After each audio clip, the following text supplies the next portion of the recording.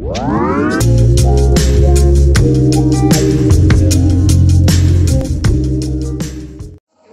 secara material kepada orang tua tidak menjadi kewajiban. Kan kita orang tua itu biasa bilang, Osi ini bapak sudah kasih sekolah, Osi kasih kawin, Osi kasih apa ke bapak. Sebenarnya itu ucapan yang tidak tepat. Karena kita orang tua membesarkan anak itu adalah kewajiban. Tetapi orang tua itu merasa bahagia dan kita. Dia merasa bahagia itu bukan kalian datang memberikan dia itu materi, tidak. Tapi dia itu merasa bahagia manakala dia lihat kalian berdua menjadi keluarga yang sakinah, keluarga yang bahagia, keluarga yang memberikan kesejukan. Yang dalam Al-Quran dibilang Rabbana hablana min azwajina wa zurriyatina qurrata a'yun waj'alna lil muttaqina imama. Kata orang tua itu kan seharapannya. Dan kalau menurut saya sukses seorang yang hebat itu bukan ukurannya ukuran material, bukan ukuran sosial, tapi sukses seorang anak seberapa besar dia bisa memberikan kebahagiaan kepada kedua orang. Itu ukuran sukses. Apa artinya kita ini anak bahagia dengan mobil yang hebat, kita jadi ini jadi itu, tapi orang tua menderita? Menurut saya itu tidak bahagia. Karena orang tua adalah bayang-bayang Tuhan di dunia. Jadi saya mau bilang Randi dan kita, kalau kalian ta'zim, kalian ambil barakah dari orang tua, maka insya Allah anak-anak kalian juga akan mengambil barakah dan ta'zim kepada kalian. Kita hidup ini memerlukan barakah. Tanpa barakah kita tidak bisa membuat apa-apa. Dan satu-satunya sumber keberkahan ada pada orang tua. Yang kedua, mengerti toh? Sebab kadang-kadang pengantin kemarin ketemu bicara dong kurang.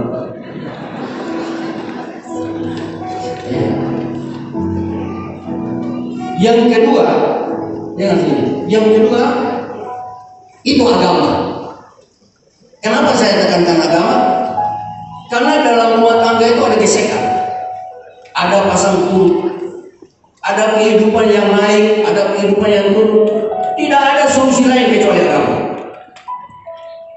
Ini di semua agama ada. Orang yang mensandarkan diri pada Tuhan, dia tidak akan tersasar. Orang yang mensandarkan diri pada Ilahi, insya Allah akan turun rahmat kepada dia. Jangan kita tepuk dada bahwa saya jadi anggota DPR. Ini kesempatan kita nasihat anggota sedikit sebelum Tuhan naik. Jangan kita merandang bahwa kita jadi anggota DPR, kita jadi kepala dinas, kita jadi ini, kita jadi kepala cabang Bank Syariah misalnya, kita hebat itu atas usaha sendiri. Tidak. Itu semata-mata karena kemurahan Allah Subhanahu wa taala. Kemurahan Tuhan yang Maha Esa. Orang yang percaya kepada Tuhan, dia bisa menutup aib rumah tangganya. Dia bisa merasa bahagia dengan apa yang ada pada dia. Dia tutup. Dia punya bini punya kekurangan, dia tutup dia punya suami punya kekurangan.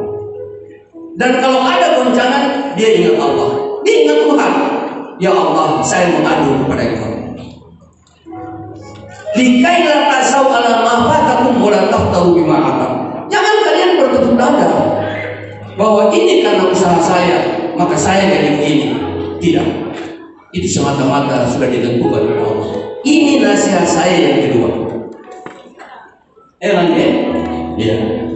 Jadi kepala itu tidak selalu orang yang pintar, tidak. Jadi pejabat-pejabat lain tidak selalu orang yang hebat, tidak. Tapi ketika kita usaha, kita bersandar pada Tuhan, maka turun barakah, Allah memberikan kita rahmat, kedudukan dan sebagainya. Ini intinya di sini. Supaya apa? Supaya jangan kita sombong. Supaya apa? Supaya kita bisa membuat keluarga kita menjadi keluarga yang bahagia. Mengerti toh? Jadi harus rajin sholat. Mungkin waktu kawin pertama ini sholatnya terganggu. tidak apa-apa, tapi harus banyak salah, banyak tunduk, menyatakan kebesaran Allah bahwa seluruh anugerah yang ada pada saya adalah pemberian Engkau ya Allah, pemberian Engkau ya Tuhan. Maka seluruh yang terlihat dalam hidup kita akan menjadi baik. Kekurangan istri kita bisa tutup, kekurangan suami kita bisa tutup. Itu yang kedua. Ini kalau kita bicara paling kita sudah. Yang ketiga itu amanah. Rumah tangga ini amanah. Kalau saya jadi gubernur atau saya jadi wali kota tua, misalnya ada calon-calon wali kota tua di mana ini. Kalau beta jadi gubernur atau beta jadi wali kota tua, atau ya begitu lah. Maka amanah yang diberikan kepada beta itu batasnya hanya 5 tahun. Tetapi amanah yang Randi terima untuk seorang kita ini, itu misalkan gereja mengguncang ars. Dia berlaku di dunia sampai di akhirat. Pertanggungjawabannya itu sama. Sampai Rasulullah SAW mengatakan, andaikan saya diperintah manusia menyembah manusia, maka saya perintahkan seorang istri menyembah seorang suami. Karena ini amanah. Uzawwijuka lama amarallahu bihi min imsakin bima'rufin aw tasrih ihsan. Itu amanah.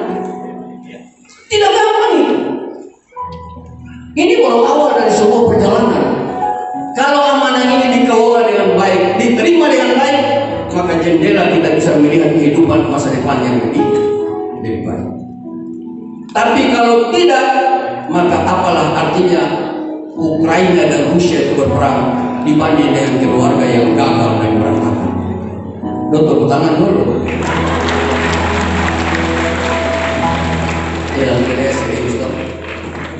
Ini amanah. Jadi amanah ini harus jaga. Istri harus bisa menutup aib. Dan ingat, sekarang kan media sosial terbuka, di mana-mana saya bicara. Kalau berantem dengan istri atau dengan suami, dia kan suka posting. Iya, itu tidak bagus itu. Bini model macam begini, ya Allah. Iya, itu kalau itu begitu, Masya Allah. Ini kalau perkara yang bini kasih naik. Dan maaf, rata-rata itu bini. Kalau kesalahan yang laki, langsung kasih naik. Iya, ibu jangan marah beta. Kalau beta ada ikut pemilihan ke apa-apa, ibu pilih. Tapi yang pasti banyak ibu-ibu suka curhat di media sosial. Ada yang tulis Allah dia yes betul. Iya, ini saya ulang-ulang bilang. Pak Hendy bayangkan betul begini panggil ketua yes betul. Iya. Ini mana-mana saya bilang. Saya pernah tanya, itu yes betul itu apa? Ada yang bilang orang yang tidak dikenal. Coba bayangkan. Yang lebih sadis lagi dia bilang, Allah dia dulu spok sedikit hal, Masya Allah. Dan lagi masih hidup terus sebagai spok. Apa pula kita mati? Ini ucapan-ucapan yang tidak bagus. Rumah tangga itu kadang-kadang clash.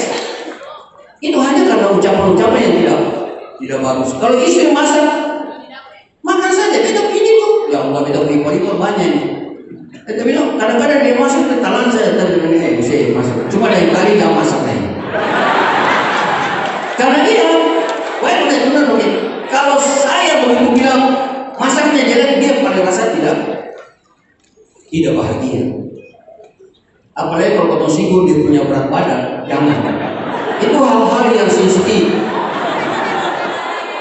Iya, ini kita bicara apa adanya. Kita bicara apa adanya. Bini itu harta saya kasih dia uang. Randi kasih dia uang. Tapi kalau si singgung dia berat badan, dia rasa bagaimana lah dia punya perasaan hancur. Tapi bilang dia begini, oh si ini sental kamu, cuma kalau si saya sedikit beda foto kelihatan mulus.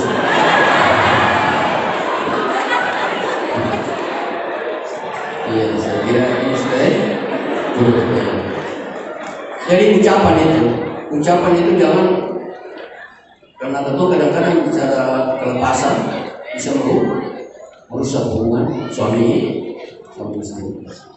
Bapak Ibu hadirin yang berbahagia, saya tutup dengan satu cerita. Beta ini Pak Hendik waktu vaksin pertama itu lillahi ta'ala. Orang yang pernah pertama pergi itu beta, ibu saya, saudara perempuan.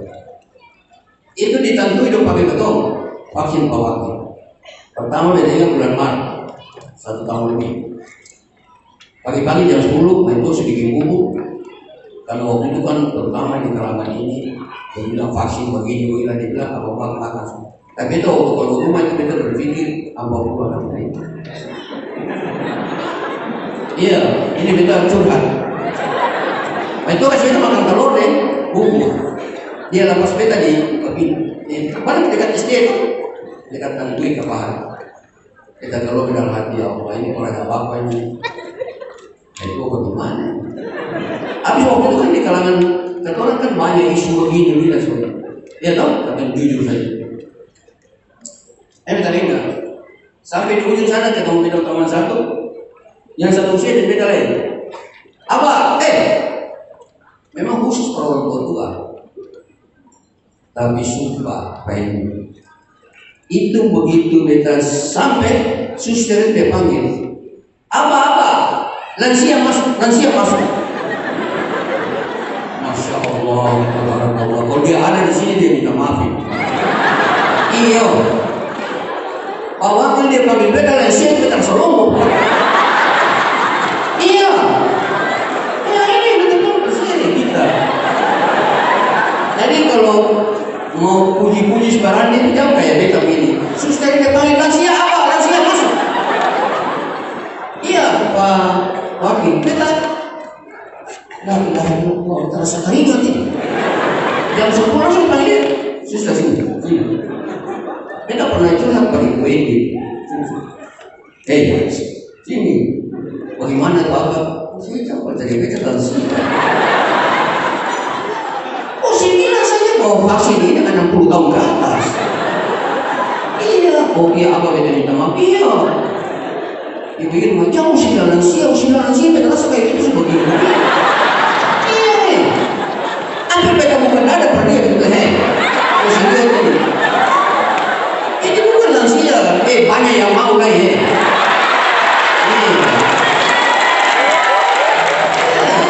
Kalau mau hancur.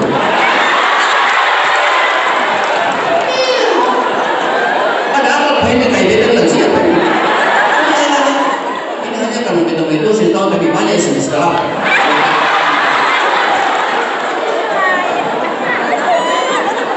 Kalau kita lansia, kita paling dendam dia. Karena waktu bilang di depan wakil wali kota ini kita lakukan itu. Dan langsung boleh. Kalau bilang lansia langsung ketemu COVID, gimana jatuh? Makanya kita flu.